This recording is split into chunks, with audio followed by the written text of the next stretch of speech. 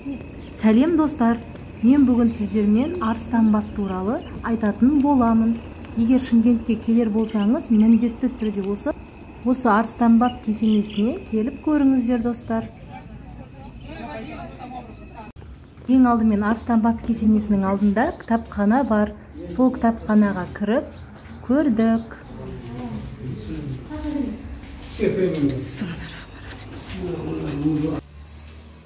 Бұл жердегі кітаптардың барлығы жан-жақтан әртүрлі мемлекеттерден сыйға тартылған кітаптар екен достар. Бабамыздың қалай жерленгендегісі жалпы сол кезде тарихты суреттеген. Бұл Арыстан баб бабамыздың Арыстан баб деп аталған себебі алейхиссаламның осылай көзін көрген, құлағына сөзін тыңдаған сахабасы досы дейді. Ал енді басқа ғалымдардың айтуы бойынша бұл кісіні кейінірек келген дін таратушы бабтардың бабы Арыстан баб деп атайды екен. Яғни пайғамбарымыз алейхиссалам, яғни осы Арыстан баб бабамыздың түсіне аян болып келіп, осындай достарына айтқан екен. Сахабаларым, өзімнен кейінгі көп ғасырдан кейін келетін Ахмет есімді бір үмбетім дүниеге келеді. Яғни сол үмбетіме менің берер бір аманатым бар, құрмам бар. Соны қайсын жеткізесіңдер деген нұқта. Осыншама адамдардың ішінен бабамыз Арыстан баб, Алла өмір берсе, мен жеткіземін деп ортаға шыққан екен. Сонда бұл кісі пайғамбарымыз алейхиссаламнан келген құрманы қаншама жыл бойы аузының ортында сақтап, құл қожа Ахмет Яссауи бабамызға құрманың тек мында сүйегін ғана сақтаған кісі екен. Сонда 7 жаста қожа Ахмет Яссауи бабамыз құрманың сүйегін алып кетіп баратын кезінде бабамыз Арыстан баб айтады: балам-ау, қаншама жыл бойы сақтап келген аманатқа бір рахметіңді айтпадың ғой дейді.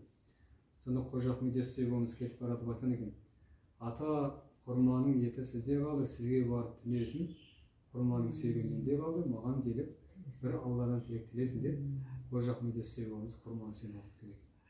Сонда көп елдердің айтуы бойынша ел аузында, халық аузында аңызын болған екен. Енді мына жерде суретте бабамыз Арыстан бабтың жерлену рәсімі, бұл кісі өлерсеңдеп өсиетін айтады. Мен өлген жағдайда сонда бір ақ бура түйеге артып, түйенің басын бос жіберсеңіздер. Менің түйем Алланың қалаған жеріне барып сөксе, сол жаққа барып менің сүйегім қоясыңдар деп айтқан екен.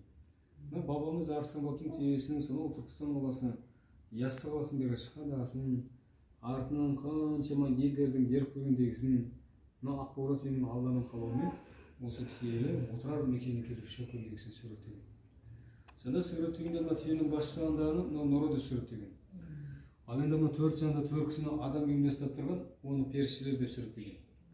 Ал енді мынау үстіндегі Құран кәрім кітабы, сол Құран кәрімнің астында қызыл кілемшеде 8 burçlı жұлдызша бар. Ол жәннаттың 8 есері адамдар деген. Яғни 8 burçlı жұлдызша ол мұсылмандардың белгісі екен. Енді жалпы сол кезде тарихтың бәрін суреттеп бейнелеп келтірген. Бабамыз Арыстан баб бабамыздың өзі 33 түрлі діннің қадір қасиетін меңгерген. Сол 33 түрлі дінді меңгеріп, ең соңында осы ислам дінін қабылдап кірген. Енді мына мешітке кірген кезде жалпы оң аяқпен кіресіздер, шығар кезде сол аяқпен шығасыздар.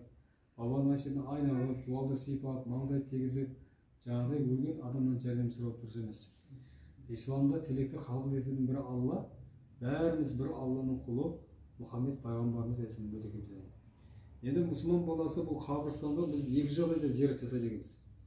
Бірінші, бүкіл аспан мен жерді жаратқан, адамзатты тіршілікті жаратқан бір Аллаға дұға етумен келеді екенбіз. Екінші, мұсылман баласы бір сәт қабірді еске түсіріп, ақыретті ойлаумен келеді екенбіз. Пайғамбарымыз айтқан хадисі бар: қабірді зиярат жасаңыздар, қабірді еске алыңыздар деп сөз бар. Кім-кім қабірді еске түсірсе, ол адамзат ақыретті еске түсіреді. Ақырет деген сөз мағынасын бізде қазақта сөз бар: сіздер де біздер де болғансыздар, біздер де сіздер болғанбыз. Енді ақиқатында адам баласы бұл өмірде мәңгілік ешкім жасамайды. Біздің де баратын жеріміз сол жер, сол жағдайда есіне алсын, адам баласы тәубасына келсін, Аллаға шүкіршілік айтсын деген мақсатта осындай жерге зиярат жасауға рұқсат берілген. Алла зияраттарыңызды қабыл етсін. Енді мына жерде кітап сыйлау сауапты істеген тақырыпты Қазақстанның барлық облыстарынан келген кітаптар, Алматы, Астана, сосын Арабиядан келген Құран кітаптарымыз бар, шишаның ішінде. Сосын мына шишаның ішінде ескі көне кітаптарымыз бар. Баяғы орыстардың орыстан бір саясаты қайнап тұрған кезеңде ата-бабаларымыз бұл Құран сатып алған, намаз оқыған ғой. Аңның терісімен қаптап, чернасын көміп жасап қойған. Содан бері әкеткен ескі кітаптар. Түркиядан келген Құран кітаптарының бар, Стамбул қаласынан келген. Жалпы кітапшылар сауап деген тақырыппен жан-жақтан жиналып кітаптар. Онда жақсы бір Құран бақша бізе ниет қабыл болсын. Өздеріңіздің өмірден қайтқан ата Кітапханадан шығып, біз Арыстан баб кесенесіне қарай бардық. Ол жерде әр адам басына 200 теңгеден және детскийға 100 теңге төлеп кіресіздер. Бұл қыз менің дочам, ал бұл менің мамам, яғни менің қызымның әжесі, достар. Но в том числе и памятником архитектуры. К сожалению, вернее, к счастью, таких мавзолеев больше нет, поэтому этот мавзолей, он является уникальным. Сейчас, кто желает, может пройти к мавзолею, посетить и поклониться святому. Только в таком порядке, что если мальчишки и девчонки пойдут, девочки обязательно накройте головные, значит, головы покройте. Сначала пропустите мальчиков, потом сами зайдете. Такой порядок. Я уж ничего не могу поделать с этим, но... Осылай гидпен жүретін болсаңыздар, сіздерге барлығын түсіндіріп береді.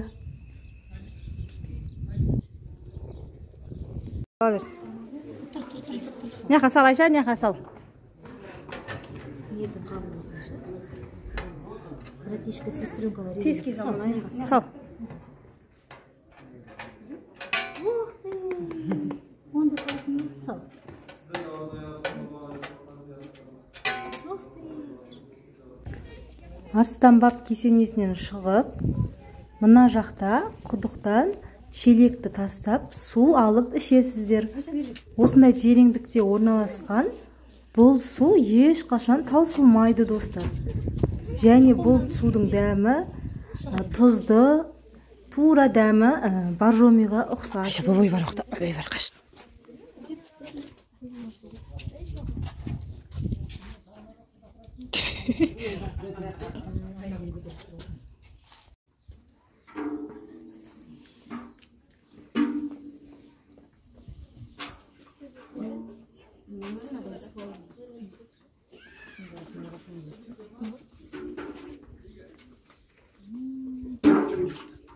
Aslan baktın suyun şeyin деп жатырмын.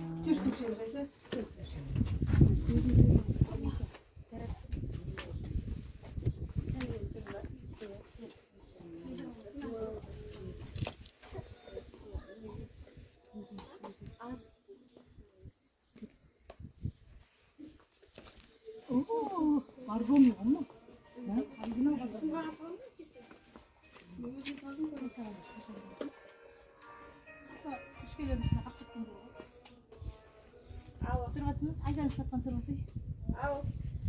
Барлығымыз осы судан дәмін татып, ішіп көрдік. Жазугапше, мамам, қызым және Ерасыл деген інім бар қасымызда. Арыстан баб туралы әртүрлі аңыздар бар. Арыстан бабқа түне, Қожа Ахметтен тіле деген сөзде Арыстан баб тұлғасының халық арасында үлкен орын алғандығын көрсетеді. Мұхаммед пайғамбар өзінің шәкірттерімен құрма жеп отырған еді.